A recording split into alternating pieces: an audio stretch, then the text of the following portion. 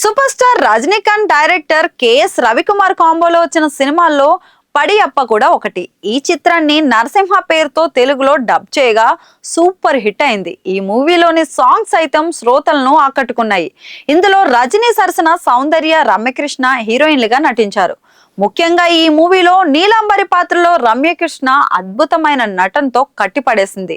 Top heroine గా career మంచి form లో ఉన్న సమయంలోనే నెగిటివ్ షేడ్స్ ఉన్న ఈ పాత్రలను అంటించి విమర్శకుల ప్రశంసలు అందుకుంది రమ్యకృష్ణ. తాజాగా ఈ సినిమాలోని ఆసక్తికర విషయాల గురించి పంచుకున్నారు డైరెక్టర్ రవికుమార్. సినిమాను రూపొందించడమే కాకుండా తమిళంలో పలు సినిమాల్లో చిన్న చిన్న పాత్రలు పోషించి నటుడిగా తనదైన ముద్ర వేశారు రవికుమార్.